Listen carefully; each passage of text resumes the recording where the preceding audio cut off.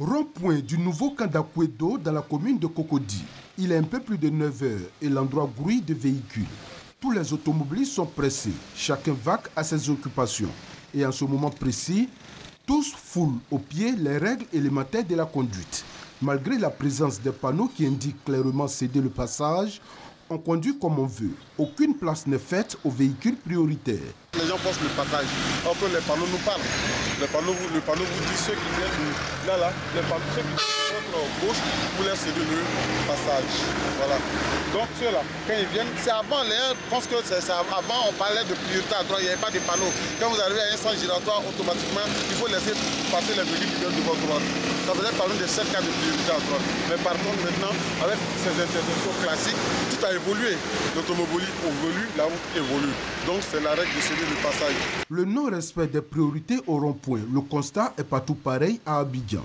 Ici, au rond-point de la Riviera Golf, tout comme celui de la Riviera 4, des accidents sont régulièrement enregistrés. Pourtant, tous les automobilistes qui sont passés par une auto-école, ou du moins qui ont bien suivi le cours, savent que c'est ainsi qu'il faut conduire. Giratoire annoncé, je ralentis. Pour prendre la première sortie, clignotant droit, file de droite. Je laisse passer la voiture bleue, je sors à droite.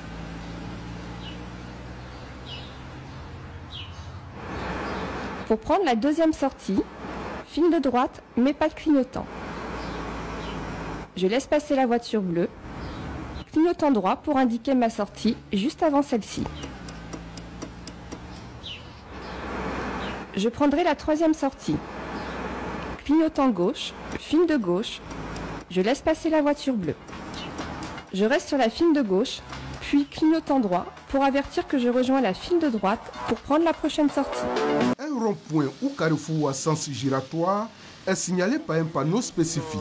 À l'approche d'un carrefour à sens giratoire, on freine, on rétrograde, on contrôle en gardant le pied sur le frein et on prend la décision de s'engager 3 à 4 mètres avant le rond-point. Comme tout ouvrage formant un obstacle, le rond-point doit être contourné par la droite.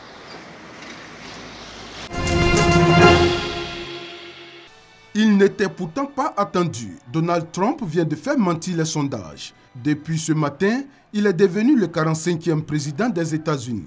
Donald Trump a dépassé la majorité des grands électeurs, soit 290 contre 218 pour sa rivale. Retour sur le parcours de cet homme d'affaires originaire du Queens. Né le 14 juin 1946 à New York, Donald Trump est un magnat de l'immobilier. Il est le fils de Fred Trump, promoteur immobilier, cofondateur de la compagnie Elizabeth Trump & Son. Donald Trump y travaille durant ses études à l'école de commerce de Wharton à l'université de Pennsylvanie. En 1968, il rejoint cette société qu'il dirige depuis 1971 et qu'il rebaptisera The Trump Organization. Dès les années 1980, il devient une célébrité médiatique pour avoir bâti son empire et sa notoriété sur des bâtiments prestigieux qui portent généralement son nom. Donald Trump est également impliqué dans le secteur du divertissement télévisuel. De 2004 à 2015, il est l'animateur de l'émission de télé-réalité The Apprentice. Il est également fondateur de la Trump Entertainment Resort. En 2016, il devient de façon inattendue le représentant des Républicains. Sa campagne est marquée par de nombreuses polémiques. Le candidat refuse l'aide des sponsors. Âgé de 70 ans, Donald Trump est à son 3e mariage.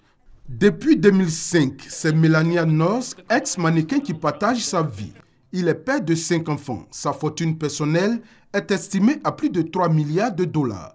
Donald Trump, 45e président des États-Unis, doit prendre ses fonctions et succéder à Barack Obama le 20 janvier 2017. De grands chantiers attendent Donald Trump à l'intérieur comme à l'extérieur. D'abord, la lutte contre le terrorisme. Le conflit syrien sera sans conteste le plus brûlant. Les États-Unis sont engagés depuis 2014 à la tête de la coalition internationale qui bombarde Daesh en Irak et en Syrie. Durant la campagne, Donald Trump a fait savoir qu'il comptait poursuivre les bombardements et en finir avec Daesh en 2 semaines. Concernant la lutte interne contre le terrorisme, Donald Trump a promis que la sécurité sera améliorée sur le sol américain et ce, dès janvier 2017. Sur le front diplomatique, le 45e président des États-Unis hérite du dossier du nucléaire iranien. La signature de l'accord entre Washington et Téhéran en juillet 2015 n'a pas calmé toutes les tensions entre les deux pays. Trump a décidé de renégocier ces accords. Les relations avec la Russie figureront également sur l'agenda diplomatique du nouveau locataire de la Maison-Blanche. Après les frictions entre Barack Obama et Vladimir Poutine, on pourrait assister à des rapports plus cordiaux entre le Kremlin et Washington. Le chef de l'État de la première puissance mondiale devra aussi s'attaquer à la dette. Les chiffres sont éloquents. Sous le deuxième mandat de Barack Obama, la dette a atteint en février 2016 le cap des 19 000 milliards de dollars. L'immigration, la pierre angulaire de la campagne de Donald Trump. Donald Trump qui veut lutter contre les nouvelles arrivées en construisant un mur à la frontière avec le Mexique. Près de 12 millions d'immigrés illégaux, essentiellement d'origine mexicaine, vivent aux États-Unis. Et puis, il y a la question des armes. Les armes font près de 30 000 morts chaque année aux États-Unis. Le nouveau président républicain ne remettra pas en question le deuxième amendement de la Constitution américaine qui considère comme un droit naturel et inaliénable le port d'armes pour les Américains.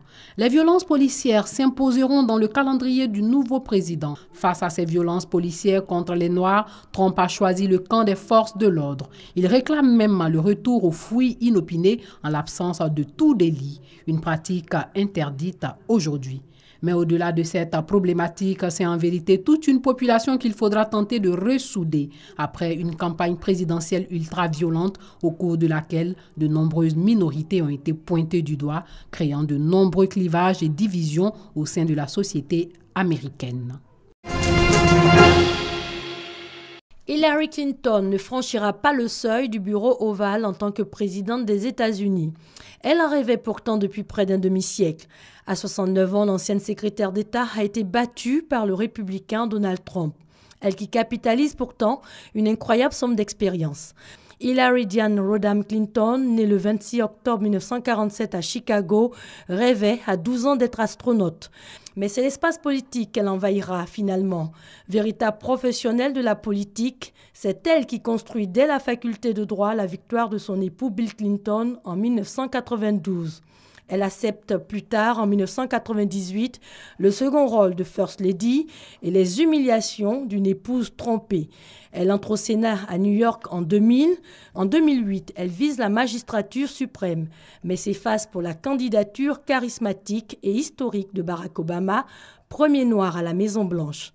Elle est nommée secrétaire d'État fédéral. Fort de ses acquis et des compétences sur les dossiers lors des débats télévisés, les médias traditionnels prédisaient la victoire d'Hillary.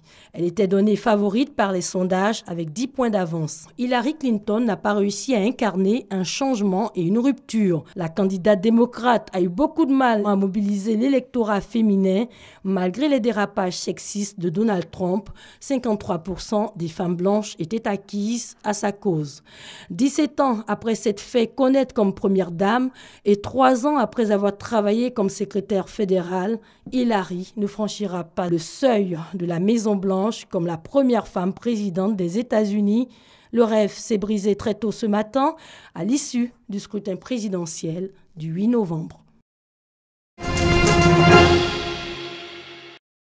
Le 9 novembre 1923, Hitler tentait de s'emparer du pouvoir à la faveur d'un putsch à Munich. Réaction de la police, plusieurs morts parmi ses partisans. Le contexte. Entre 1921 et 1923, l'Allemagne s'enfonce dans une crise financière aux répercussions sociales très graves.